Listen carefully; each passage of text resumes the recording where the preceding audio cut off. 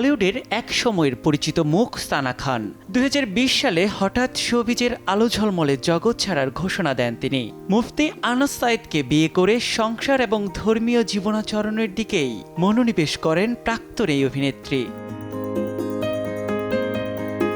মুফতিকে বিয়ের পর নিজের মধ্যে বড় পরিবর্তন লক্ষ্য করেন সানা। চারপাশের মানুষদের নতুন করে চিনতে শুরু করেন তিনি। দীর্ঘদিনের মিথ্যে সম্পর্কের বেড়াজাল ধীরে ধীরে উন্মুক্ত হতে থাকে তার সামনে।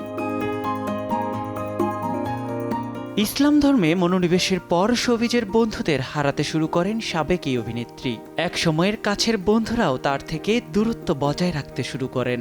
সানা বুঝতে পারেন সম্পর্কগুলো মিথ্যে ছিল। সত্যিকারের বন্ধুরা কোনো অবস্থাতেই তাকে ছেড়ে যেতেন না।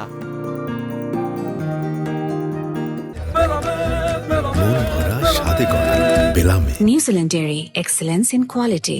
সানার এই পরিবর্তনে কেউ তাকে বাধ্য করেনি। নিজ ইচ্ছাতেই ধর্মকর্মে মনোযোগী হন তিনি। তবুও সাবেক অভিনেত্রীর এমন পরিবর্তনে বিভিন্ন সময় নানা গুঞ্জন ছড়িয়েছেন সমালোচকরা। তাদের উদ্দেশ্যে সানা স্পষ্ট জানিয়েছেন, কেউ তার ব্রেন ওয়াশ করেননি। মুফতি আনাসের সঙ্গে বিয়ে নিয়েও খোলামেলা জানিয়েছেন সানা। তার ভাষ্যমতে তাদের বিয়ের বিষয়টি পুরোপুরি গোপন রাখা হয়েছিল। বাবা মা ছাড়া কেউ জানতেন না সেই খবর। এমনকি বিয়ের আগে মেহেদি শিল্পী বরের নাম জানতে চাইলেও বলেননি তিনি।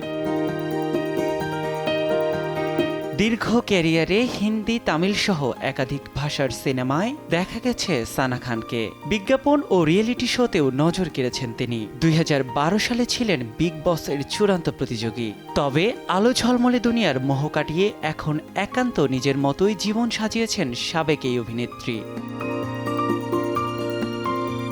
নিয়াজ শুভ, সময় সংবাদ।